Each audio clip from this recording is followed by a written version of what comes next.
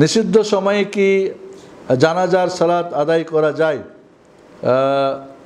না, করবেন না।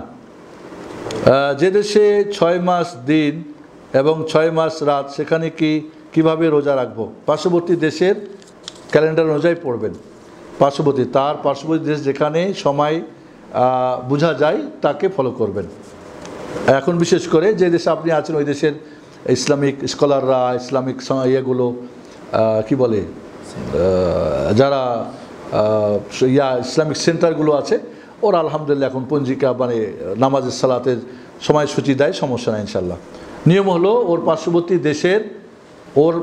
পার্শ্ববর্তী দেশ যেখানে দিন রাত হয়, সময় আছে, তাদেরকে ফলো করবেন।